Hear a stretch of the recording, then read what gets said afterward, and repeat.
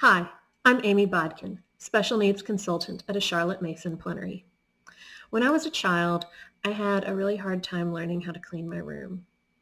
My mom tried and tried to teach me how to clean my room, but I always ended up struggling with figuring out what to do next because of my delays in executive functioning.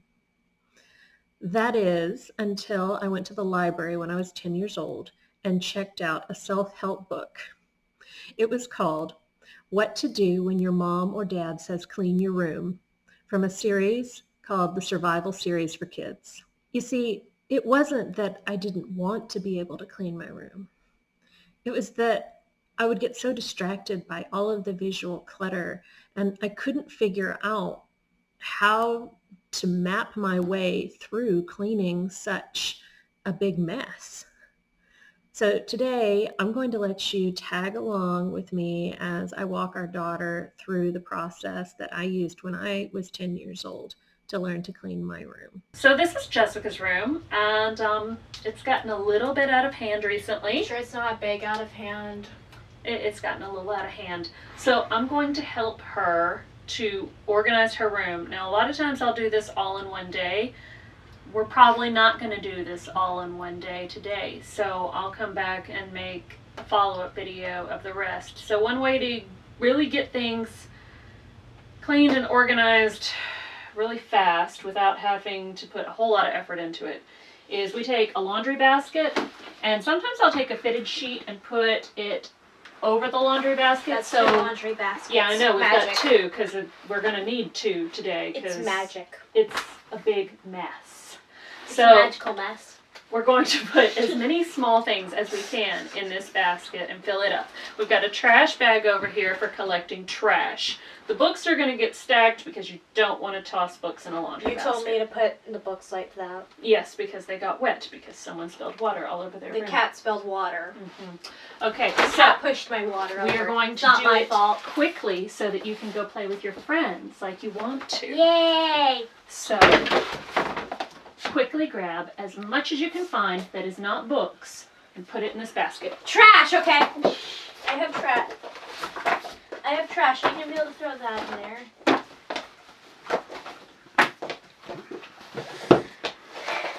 Find as many I little threw trash things. in there. Is that okay? No, trash goes in the bag. You said for me to put the stuff in there. Trash, come on. Okay. There you go. Trash. I got trash. There you go. Okay, so in about 30 minutes, we got most of the floor picked up and put into these laundry baskets, and we also put the books back on the shelves. Got rid of the garbage in the garbage bag and vacuumed up the floor. Next step is going to be cleaning up bookshelves and doll houses and things, and then also cleaning out the closet.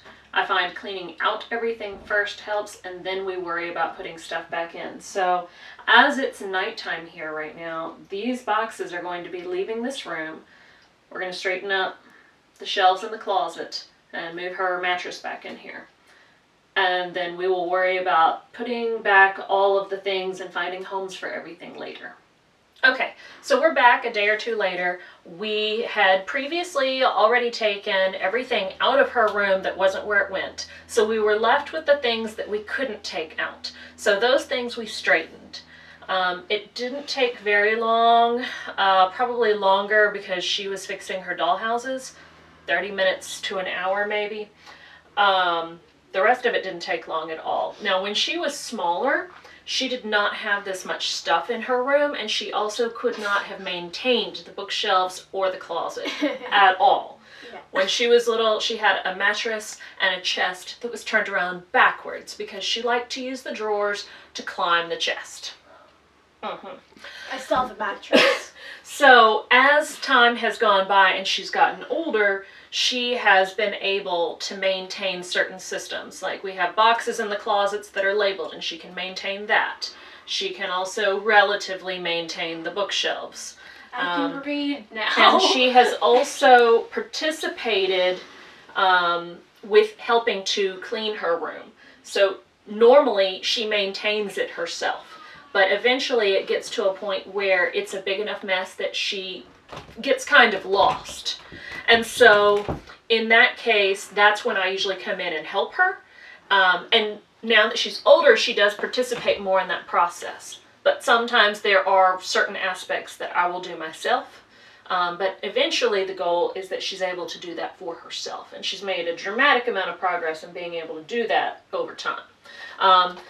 So the bookshelves we straightened. Also, the closet did not end up being as much work. She's done pretty well with keeping the right things in the boxes. I didn't clean out the boxes. I just put what was out where it went. Yeah. There were a few things in the bottom of her closet, but for the most part, she has developed the ability to keep things in the right boxes. She just doesn't put them back where they go. Just throws them into the closet. But there wasn't a lot left. The bookshelves, much the same way. So really, this is a pretty easy way to do this because we're removing all of the mess from the room, straightening what's left. And then we can go through the other things slowly, a little bit at a time, so that it's not as overwhelming visually. So we're back after a week, maybe 2. Jessica has managed to mostly maintain her room, so we've just got the laundry baskets of stuff left that we just set in the corner until we have time to get to it.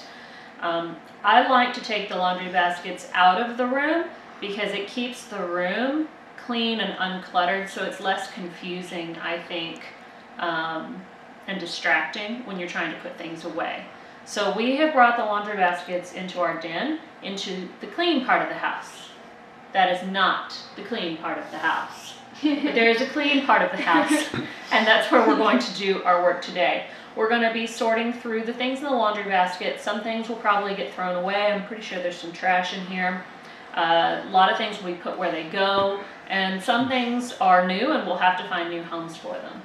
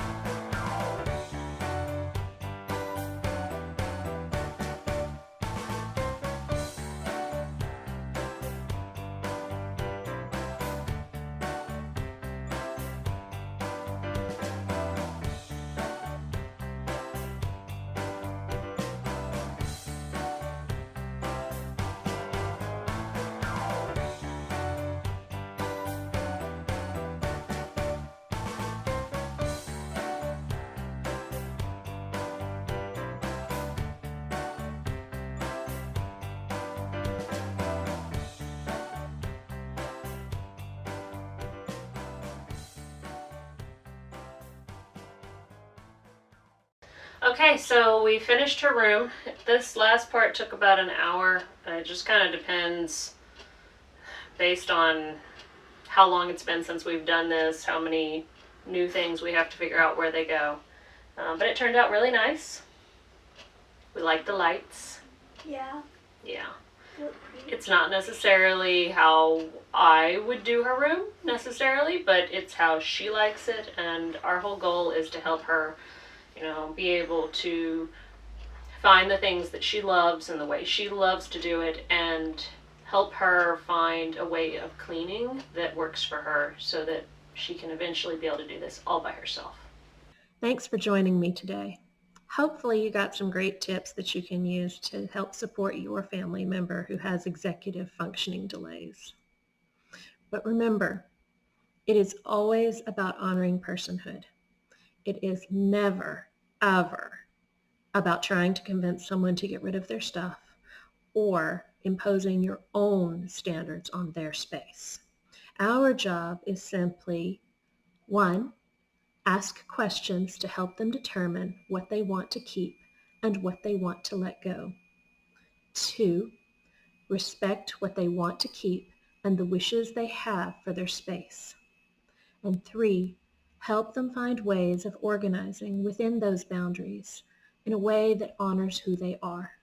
Be sure to subscribe to the Plenary YouTube channel and click the bell so you get notified as soon as each new video comes out.